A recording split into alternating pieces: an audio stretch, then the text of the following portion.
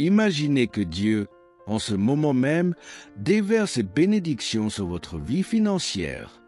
Peux-tu le sentir? Alors écoutez attentivement. Avez-vous déjà eu ce sentiment où vous luttez? Vous essayez si fort, mais rien ne semble changer, que, malgré tous vos efforts, les factures continuent d'arriver, vos rêves s'éloignent et votre cœur se serre dans votre poitrine. Si vous avez ressenti cela ces derniers jours, alors restez avec moi. Aujourd'hui, nous allons parler à Dieu ensemble d'une manière très spéciale, directement de notre cœur à son cœur.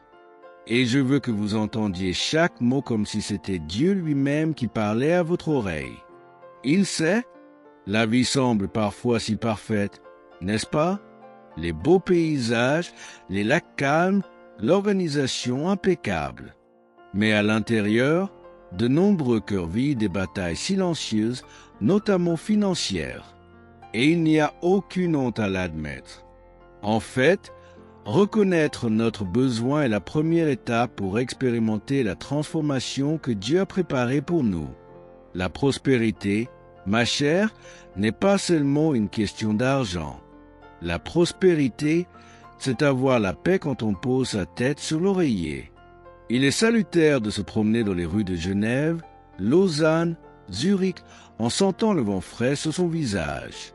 C'est vraiment rire avec les gens que vous aimez, sans ce poids sur la poitrine. Dieu a rêvé d'une vie d'abondance pour vous. Et tu sais ce qui est beau? Il n'a pas changé d'avis. Il continue d'être ce Père aimant qui regarde nos luttes et dit « Je suis là, fais-moi confiance ». Imaginez un peu.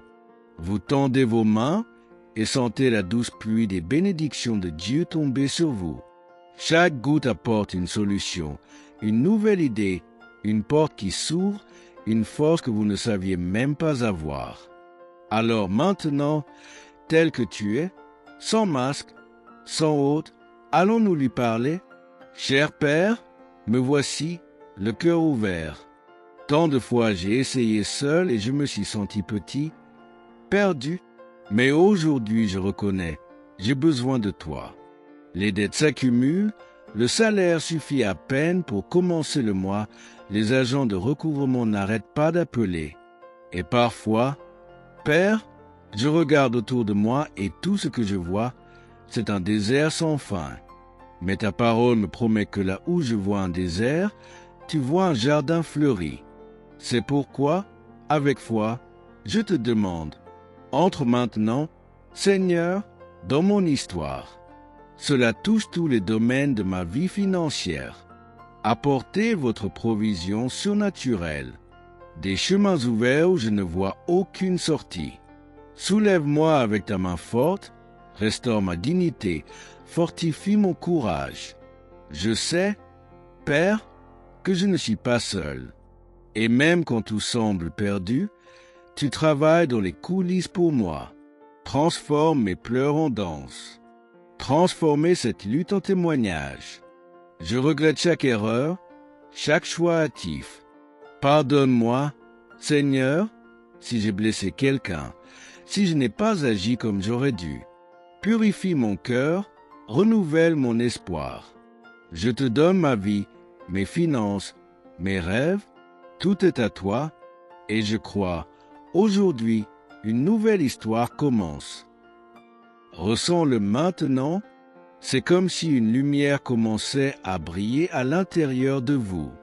Cette lumière est la présence de Dieu qui dit « Je suis avec toi, j'agis déjà, tu n'es pas invisible. » Vos prières ne se perdent pas dans le vent glacial de ces montagnes.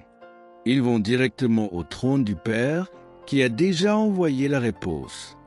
Alors, ouvrez vos mains là où vous êtes.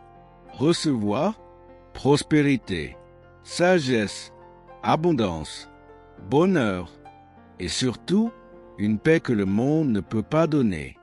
Si vous avez senti cette prière toucher votre cœur, écrivez ici dans les commentaires.